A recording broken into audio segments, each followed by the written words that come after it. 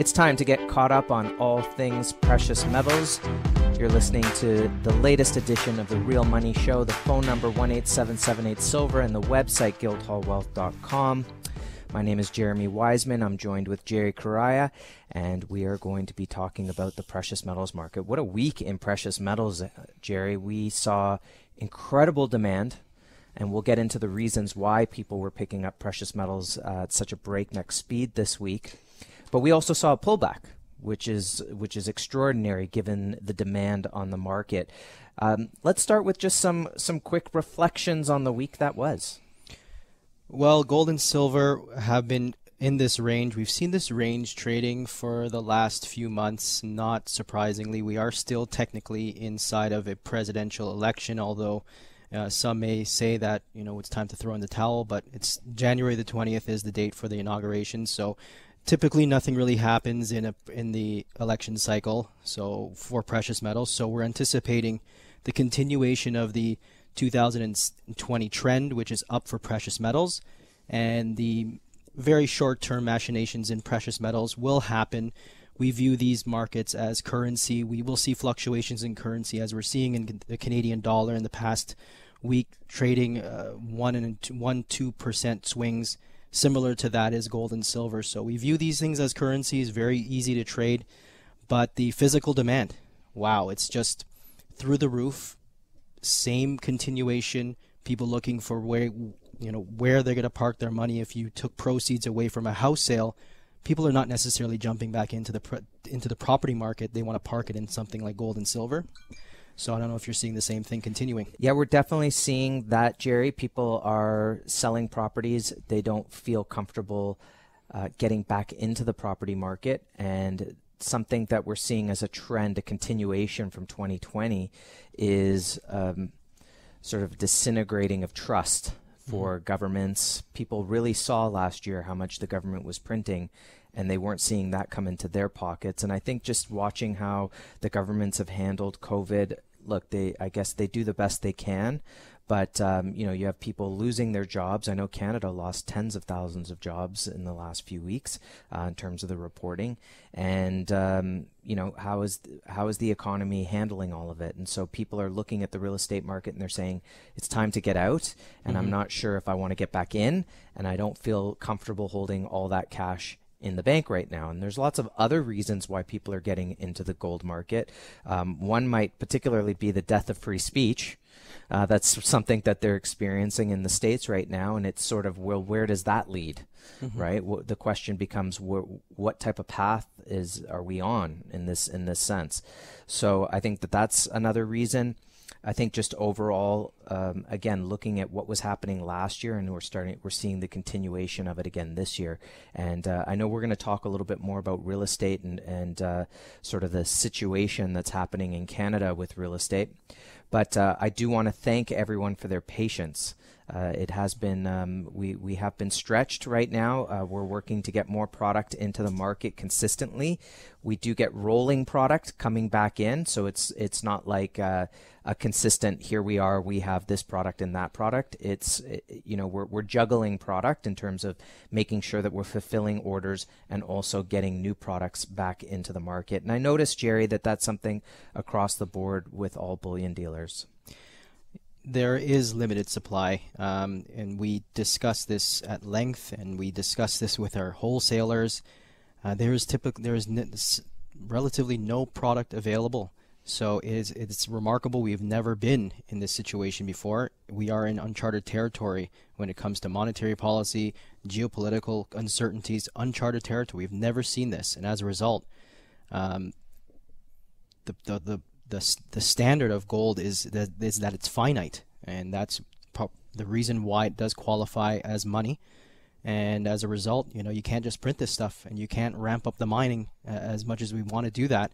It's just impossible. Yeah, if you think about the silver supply, 500 million ounces, 500 million ounces a year come into the market.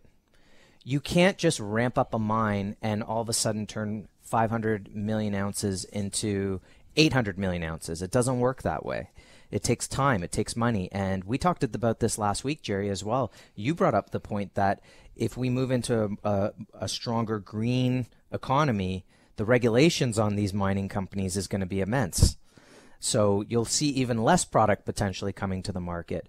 So you have this finite supply, and especially in silver, that supply is going to solar power, electric cars, it's going to wind power, batteries, all of the daily technological uses for it, as well as medical usages, right? It naturally absorbs bacteria, so they're always coming up with new ways that they can use that antibacterial nature of silver.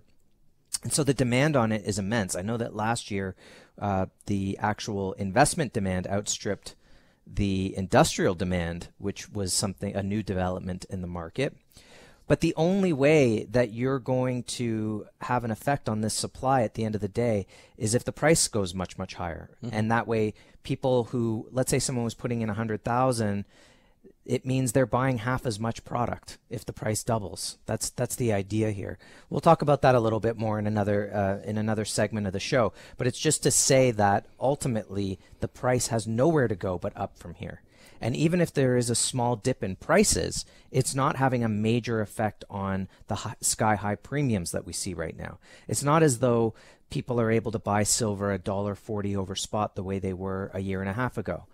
And we're at $25. So the move from $18 to $25 hasn't reconciled the high premiums, meaning the prices have to go much, much higher from here. Mm-hmm. Absolutely. I couldn't agree more with that. And regarding these short-term, these daily negatives that we may be seeing in gold and silver, we're looking at the market today, and gold and silver have reacted on the downside, probably reacting some economic data, and the $1.9 trillion stimulus being enacted by President-elect Joe Biden. This is printing presses through the roof. Like they're going to be pedal to the metal. This stimulus, as a result, has caused the 10-year Treasury yield to spike, and gold and silver are negatively correlated to that, so we have a dip. So any of these dips that we see in metals, we just have to view them as short-term dips. This is a knee-jerk reaction to that. News like that does get digested. What we have to digest as investors is that this is hyperinflationary. This is very inflationary, and as the World Gold Council released their 2021 forecast, they cited Bloomberg in their report as of January 11th. Many investors, so you mentioned, it's investors now demanding gold and silver. The demand from investors, because they're concerned about the potential risks resulting from expanding budget deficits, which combined with a lower interest rate environment and growing money supply, this will result in inflationary pressures. This is our focus, not the short-term day-to-day. Yeah, and listen to some of these headlines coming out of silver doctors from the past week. Silver to reach $200 per ounce. And that's not a wingnut who's saying that. We'll tell you who's saying that shortly. Gold going to $100,000. Again, these are not wingnuts saying this. These are people who have been in this market long enough. They understand the math on all of these things. Here's a couple others as we scroll through. Just some of these amazing forecasts in the market. I was reading another one saying, here's one, gold by the end of the year, easily 2,300. I think that's a conservative forecast. And silver to 45, mm-hmm. which at this point, as far as a long-term price, I think is also quite conservative. So you're seeing some major calls in the market. Here's another one. This is just the headlines, Jerry. Central bank balance sheets will increase by a net 13 trillion in 2021. If that's not a reason to start thinking about ways to protect your wealth, I'm not sure what is.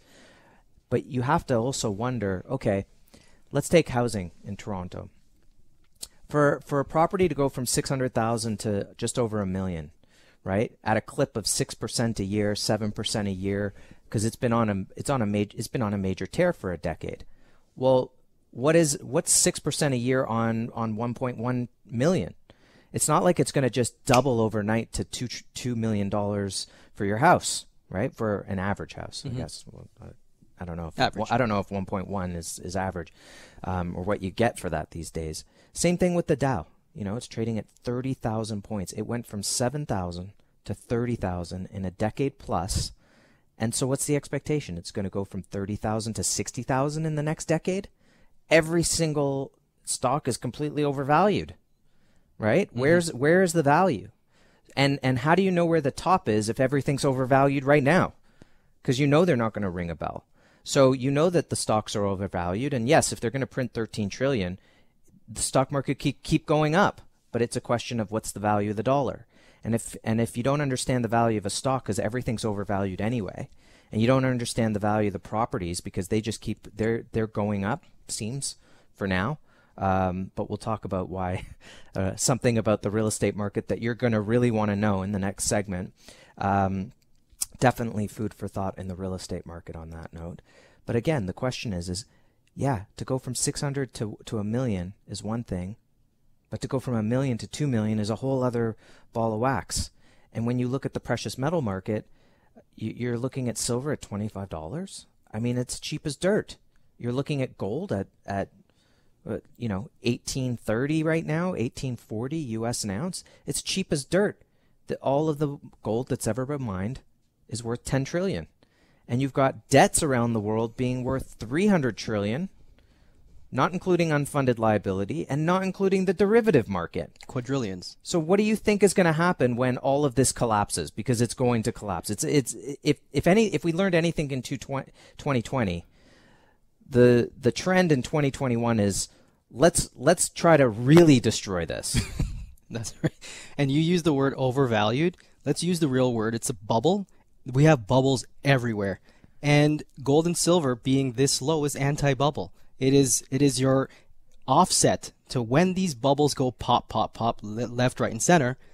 What's going to happen to gold and silver? They react to what happens in the markets. It's the most negatively correlated asset class to the US dollar and stocks. So if we're seeing overvalued bubbles, be prepared. Gold is anti-bubble. Gold is the anti-bubble. We're talking about reasons to hold physical precious metal in your portfolio. Of course, one of the reasons might be the fact that gold has averaged over 11% a year for the last 15, 20 years. And in Canadian dollars, it's only had 3 down years, with 2 of those being less than 2% and 1 being a double-digit drop in 2013 after literally a decade of double-digit year-over-year gains. So there's a reason why gold continues to power higher in all major currencies. It's because all of these currencies are debasing. And ultimately, that trend is set to continue when you see things like, Jerry, an article saying that the central banks are due to print another 13 trillion in 2021. What does that number even mean? It's astronomical to even fathom. You can't even picture this amount of printed currency in circulation. The Visual Capitalist website does a great job in giving us some sort of a visual. And what does that visual look like? We have football fields, and you have monuments being filled with cash. And again, we're not even talking about the unfunded liabilities. We're not talking about the toxic derivatives market that's still on the balance sheet of a lot of these major banks that has yet to be dealt with.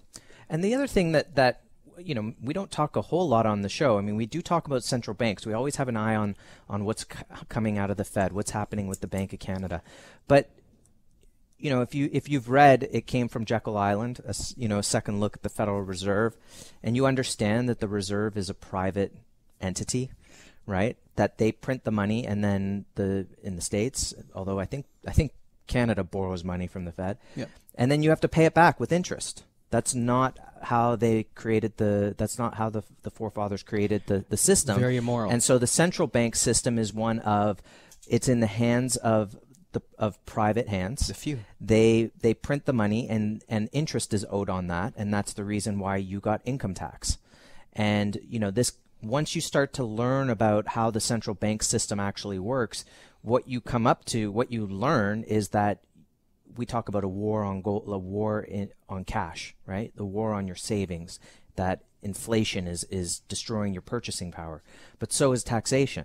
And at the end of the day, this is something you have to be aware of, that you're being persecuted financially silently by the central banks. And when the central banks have decided to sort of throw off the curtain, right, like the Wizard of Oz, like we're just going to roll the curtain back and we're just going to go whole hog on money printing, and we're going to go directly down this path to a quote unquote reset, right? How is that supposed to be good for you?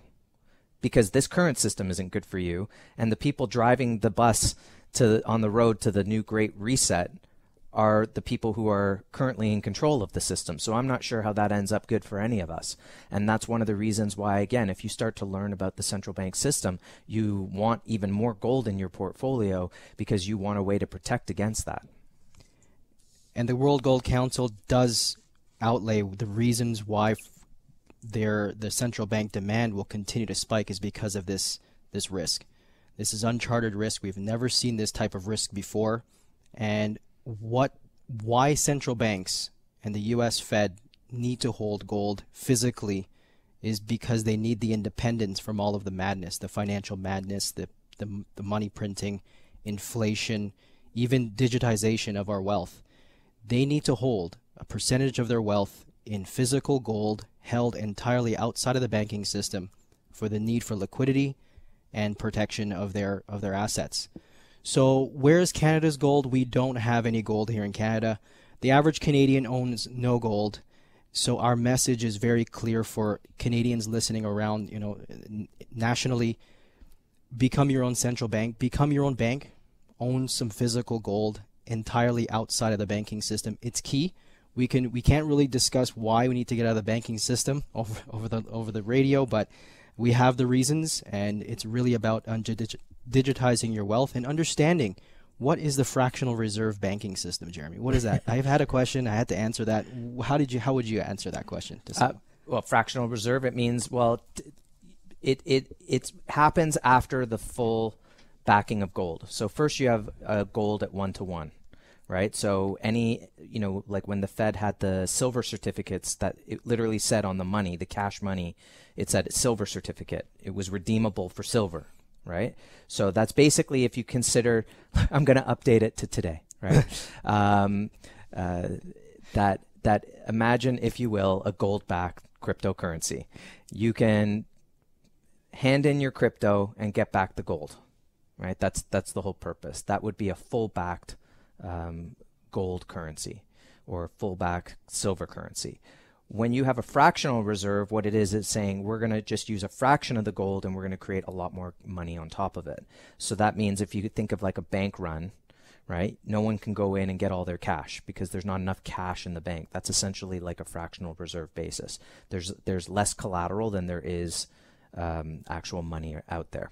So it works like a mortgage in a way. There's a certain amount of collateral, but there's a lot more money in the system.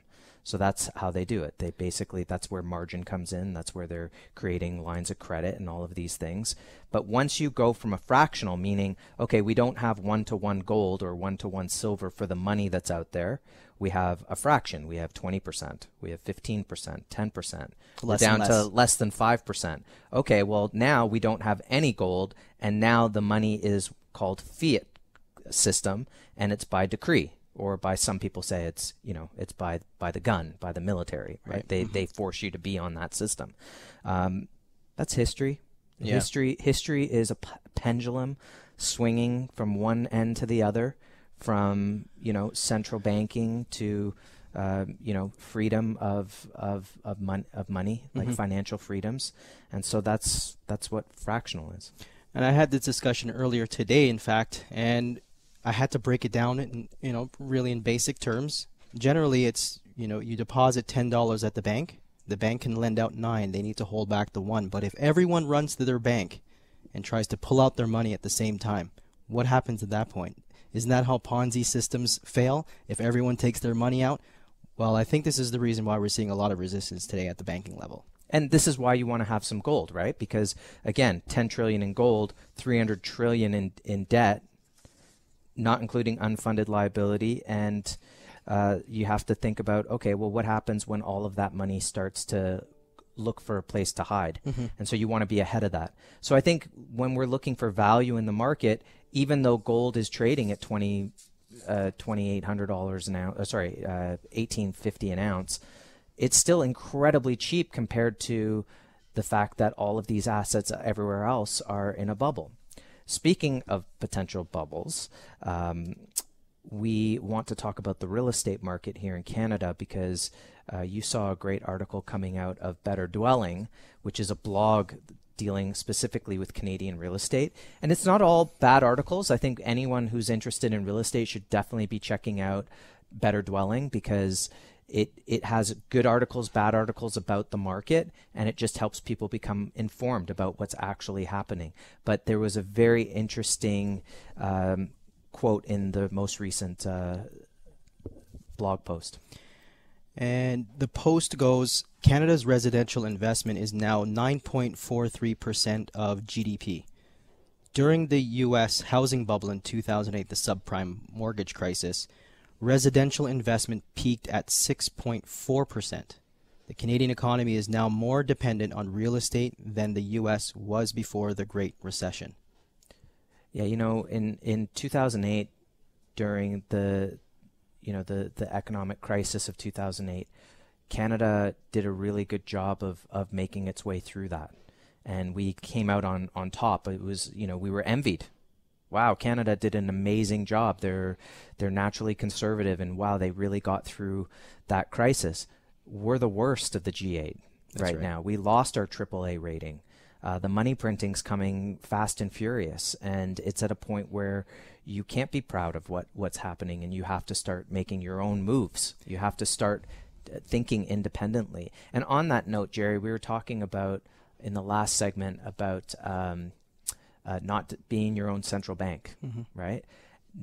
Undigitizing your wealth, right? Because most people, besides the asset of a house, which is usually mortgaged, don't think about assets. They think about stocks, bonds, or GICs, right? They think about getting interest on these things, but these things can disappear very, very quickly in a crunch.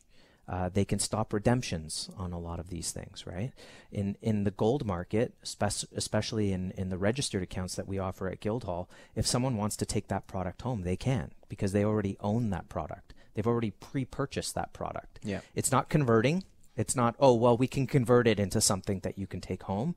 No, you already own it, so you could take it home. So I think that pride of ownership is something to consider. At the same time, I think people who are considering actual ownership of something for the first time, it's nerve-wracking for them. It is very much so. Actual ownership, seeing the bullion in your hands for the first time, actually feeling it, getting a chance to discover what gold and silver actually look like. Again, I mentioned that Canadians really don't own any gold, and it's true. Canadians love their real estate. We all do. Stock, bonds, and cash, the typical. But when it comes to gold, there's such an allure to gold. And when you see what has been money for thousands of years, generations, and millennia, this simple asset, the only non-financial asset that's acceptable in the financial system. We're not talking about paper assets, bonds, things that can get affected by the ripple effect of another subprime mortgage type crisis, another 2008 type crisis. We have to remember what the ripple effect will look like. And to see something in your hands that this is impervious to all of the ripples, this is going to be my exit strategy, my turn and pivot towards something greater. We have a tremendous opportunity to, yes, protect your wealth, because we are sitting at negative on 1% interest at the central bank level. If we're heading towards a recession, we don't have the 6 points the IMF says that we need to be able to cut. We're going to be going to negative interest rates? What does that look like? We don't know. What does the financial community say about this? They don't know. But gold has proven itself, and when they see the gold, they feel it. They feel that sense of satisfaction, the insurance policy, and they find that peace of mind, at least for their financial well-being. Welcome back to The Real Money Show. The number 18778-SILVER and the website guildhallwealth.com. Gold and silver are anti-bubble. That's what we're talking about today. Gold being the anti-bubble. this is your life raft for the crisis ahead. And if you can't see that the crisis is coming ahead, go look at how much money they're being printed in the central banks right now. Even central banks are buying gold because they know the road ahead is collapse. And ultimately, how do you prepare for that? The idea is to have insurance before the fire, right? You can't buy insurance after the fire, right? When did Noah build the ark? Before the rain. So that's what we're talking about here today. The idea is gold is anti-bubble. Now, before we talk about some of those, high-level things, let's talk about what we saw this week in the market, Jerry, because it was an absolutely crazy week with people clamoring to get into the physical market. What were some of the stories that you were hearing of reasons why people were getting in at this point? Well, I did share the report to many people, and I think on the top of everyone's mind is inflation, and we talk about that at length. But demand, I get a chance to really talk about who's demanding the product, and now it's in investors. And then we have a chance to open up, well, what's the inventory look like? We're seeing gold available one day and gold available not today, this type of gold available. And things are just moving at such a fast pace where an individual may ask, well, what should I buy, silver or gold? Should I do a little bit here or there? When I discuss and reveal to them that we're not promised a week from now, 2 weeks from now, a good supply and a good inventory of gold and silver, they end up making big decisions, and they get into the market rather deep into the market, and they get their precious metals now. This demand is not going away. The supply is dwindling, and that's what I'm seeing. And mine production, that's very questionable, and we're just putting it all together. The headlines, the noise that we're seeing, we have to filter through the knee-jerk reactions, because the medium into the long term is watch out for inflation, watch out for the money printing, and that's all we're reading about is how much stimulus is coming out. We were waiting for Joe Biden to release the stimulus, which was Thursday evening. He revealed 1.9 trillion. The fact is that Zero Hedge reports that probably only a trillion is going to be actually enacted and received. But where are they getting this money from, Jeremy? Where are they going to get 1 point some odd trillion? They are getting it from the future. Yes. Right? Our children. Right, but it's not Doc from Back to the Future. They're getting it from your children. They're robbing the future, and that's the problem. And you start to see how are they going to deal with it eventually? Well, you have to pay back your debt somehow, and it's either going to be raise taxes, which people can only take so much before they start pulling out their pitchforks. But if you print the money and you devalue the currency or debase the currency, then people don't. The idea is that people wouldn't notice it as quickly, right? That inflation is this kind of quiet, insidious thing that happens while you're sleeping. You're not really noticing it, and maybe over a 5-year period, you walk in one day to Starbucks and they go, "Oh, coffee's up 50 cents." You go, "Whoa, what happened there?" And then you realize, okay, inflation's actually a real thing. And if you look at what you paid for things maybe a decade ago versus today, you can see that you've been losing your purchasing power through inflation. So I don't care what the government says inflation's really at. It's more about you're a smart individual. You can wake up. You can go to the store. You're paying for your health club or your kids' education or your insurance or food, or you're going out for dinner or whatever it is. I wish we were going out for dinner. Yeah. And but you're seeing those prices rising. So what is that? Well, that's the government debasing the currency while you sleep. And then you wonder why you have to work 2 jobs, right? Or you wonder why you're begging for minimum wage. All of these type of things. So ultimately, the government is there for 4 years. They take the easy way out, and people are left holding the bag. In this case, it's the future bag. And so people are looking for ways to hedge against that. And we know that at the rate they're going now, which, again, they pulled back that curtain last year, right? They destroyed the illusion. Everyone could see the central bank illusion at this point. Wait a minute. You need to print how much money to get out of this? Mm-hmm. And how much did I get? Sorry, how much did I get? And now you're asking for it back? And by the way, you're going to now raise my taxes? What did you print? Right? What do I get? Mm-hmm. So I think that the illusion was broken last year. And I think that people aren't dumb, and they see that this year it's going to be a lot more of the same. And so where do you go? Where are you supposed to put your money? You sit there and say, oh, you know what I'm going to do? I'm going to go buy Tesla stock. That's what I'm going to do. That's what I think is behind a lot of what's happening with Bitcoin right now. People are seeing an increasing, the rise is happening very quickly, and they're thinking, I'm going to go get mine. Mm-hmm. I deserve mine. I'm going to go get mine. It's not necessarily a great way to think, and I'm not saying everyone does think that way, but I think that that's a big part of it. Now, the difference between a crypto and gold is, they say, oh, there's a limited supply of crypto. Yeah, but I can buy at 0.000001. Mm-hmm. I can't do that with gold. The minimum I can buy is a gram. Yeah. Okay? And if gold is trading at $31,000 an ounce, that gram is going to cost you $1,000. Mm-hmm. And they're not going to start selling half grams. No. Right? And so that's where you can end up with a limit of the price on gold, because people say, okay, I can't buy $1,000 gram. Yeah. I'm not buying anymore. Right? And when the purchasing power runs out, right, that's where you see the market has to come back and find its natural level. Right? I don't know where those levels are in cryptos, because what is the true value? What's the innate value? They haven't been around long enough. Mm-hmm. What's its use? Yeah. What does it do? That yes, okay, we're betting on the future. Yes, the future is crypto, but the bridge is gold. Mm-hmm. Personally, that's how I see it. And another couple things on that note, being the bridge. Look at Brexit in 2016. The British pound lost 30% of its purchasing power against a basket of currencies. Slam. Mm-hmm. Right when it happened. Slammed down 30%, and it didn't recover. No. Gold went up 30% that year in British pounds. So if you held gold, you hedged that collapse in the currency. Equally, for all of those countries that had to convert in Europe, when they had to convert to the lira, convert to the euro, they lost money on that conversion. So you have two great examples here of what happens when there's sort of a conversion or an event. You need something that's going to bridge you over to the next system. And that's where gold and silver come into play, because ultimately you need something to be in a lifeboat. So when the new system happens, you go, okay, well, gold's been accepted for thousands of years. It's held its value for thousands of years, and it's going to hold my value into the next chapter. I love that example. I love that facet of what gold provides as far as wealth insurance goes. You need to be able to pivot and move, and just to know that gold is your foundation, the power money of a portfolio.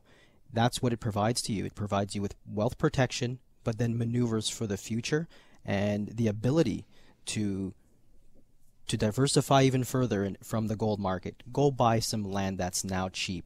Whatever bubble burst, you can now use your gold that now has the immense purchasing power to buy whatever you want. You make the rules. So wealth insurance means that when it comes to diversification, diversifying assets means you need to get as much uncorrelated asset classes in the mix. You can't have asset classes moving in the same direction during crisis. What is moving in the opposite direction?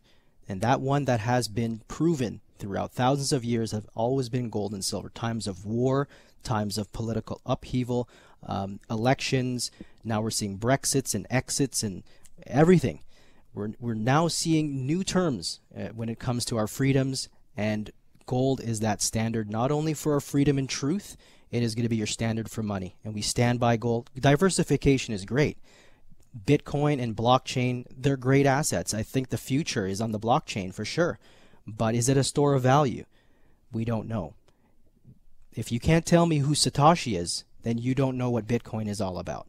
We know who the creator is and who created gold, so we have intrinsic value.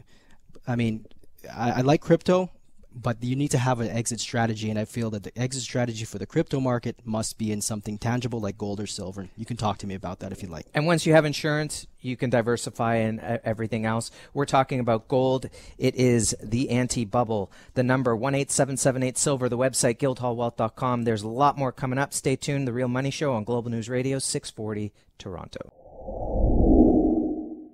Here we are. It's the Real Money Show. The number 18778-SILVER and the website guildhallwealth.com. Gold is the anti-bubble. Silver is the anti-bubble. Actually, it also has antibacterial properties, which makes it great for sportswear. Makes it great. I believe they're putting it in I think they were putting it in dishwashers or washing machines. I think Samsung produced something like that, but because people didn't really have to pour dishwasher detergent into it, they couldn't wrap their head around what was happening with that type of machine. Antifungal. It was actually too advanced. But it is antifungal, and that's actually why it's in sports clothing, because it absorbs the bacteria, which is what creates the smell, right? And so they've been weaving it in, and that was actually a military application. But I see they put it. It would make sense. I'm sure they put it in toothbrushes. They put it into soap. It's something that I think all hospitals should start having. But they did put it into a lot of bandages, right, to help people heal quicker. So yeah, it's got so many great usages. And some people swear by taking taking colloidal silver. So that's just a little interesting diversion on silver at the moment.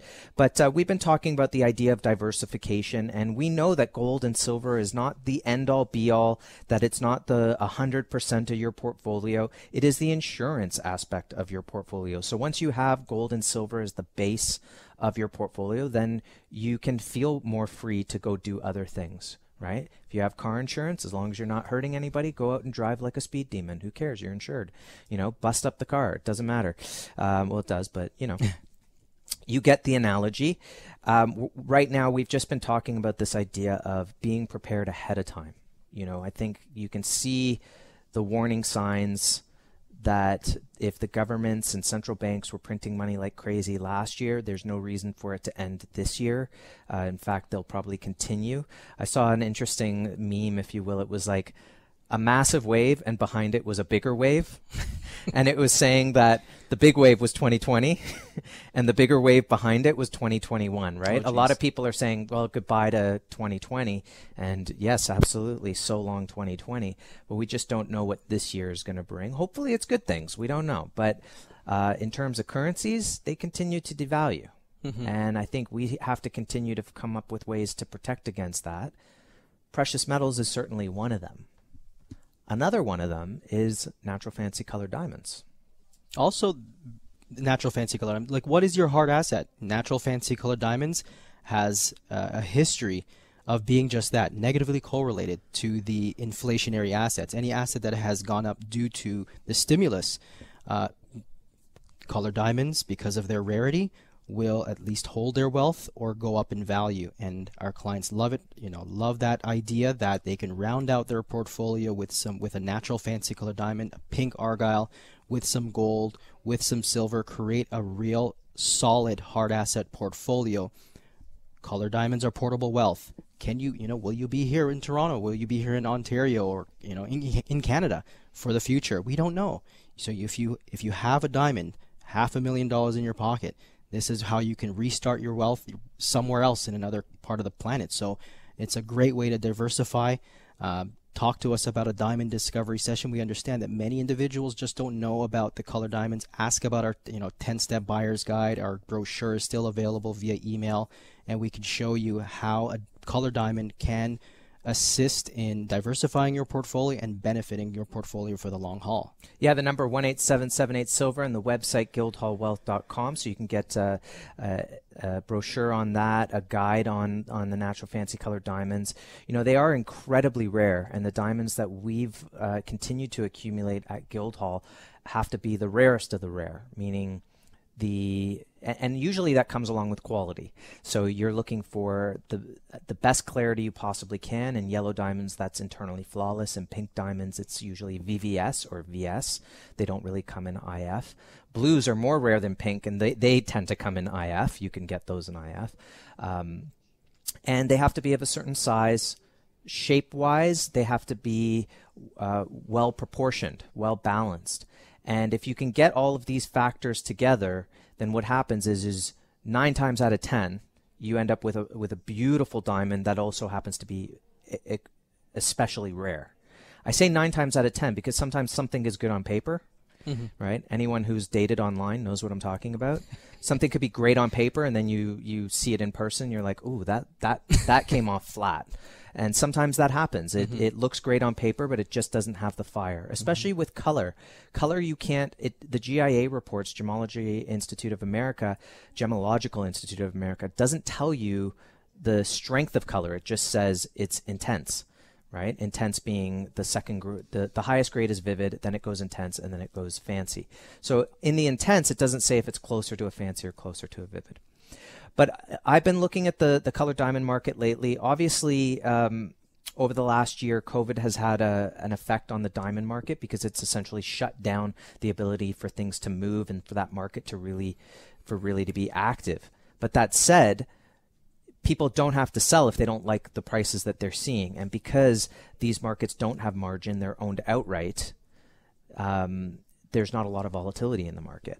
At auction, I noticed recently at auction, it was a bit of a mixed bag. It was, you saw some loose diamonds that didn't sell for what they were being asked. Some were selling for exactly what were being asked. And there were a few diamonds that were selling for over ask, for what they were asking. So, I think that's a mixed bag. I think given where we are with COVID and everything like that, and the market's essentially shut down in that sector, that's not bad. Mm-hmm. That's not bad at all. Now, all markets move in cycles. All markets ebb and flow, and I think this would be a good opportunity. I think for people who are looking to get diversified into a natural fancy colored diamond, I think it satisfies a portion of a portfolio for sure. I think a lot of people are looking to eventually move profits from the precious metals into a diamond, because what do you do if you have all this money? Like, what do you do with all this money you've probably made in crypto? If you're a millionaire through crypto, what are you supposed to do? You should be buying assets, and colored diamond could be one of them. Absolutely. This colored diamond asset class is phenomenal. I love it personally. I had the opportunity of speaking with someone this week regarding cuts, like at the auction level. Where does it cut? Is there like a flavor of the month sort of a colored diamond that's appealing this season or last season? We're seeing that the emerald cuts have become quite appealing in the past few auctions. If you could comment on why do you think we're seeing such an appeal for the emerald cut? I think it's not just the emerald, but I think to answer that question of what I was seeing at those auctions is it's the diamonds that were going over were particularly interesting. Mm-hmm. They had a particular there was a little bit more to them, and that's where the emerald cut comes in. It is a rarer cut than the cushion cut or a radiant cut, and so for that, just having that little edge of something a little different, that right now in the market is making a difference. But these markets are long-term markets. It's not about what happened just this time at the auction. It's what happens in the next 20 years. And again, the Argyle mines closed. Those diamonds went up 400% in the last 20 years. They could go up 400% in the next 10 years, given that the market's closed. We could go on and on and on, Jerry. There's so much to talk about. If you have missed a show or missed a portion of the show and want to learn more, you can go to our YouTube channel. It's there. You can follow us on Twitter. We haven't been banned yet. We'll see. The number 18778-SILVER, the website, guildhallwealth.com. We want to thank you so much for joining us this week. I can't wait to talk to you next week and give you all of the stuff we've been dealing with in the precious metals market. This is The Real Money Show on Global News Radio 640.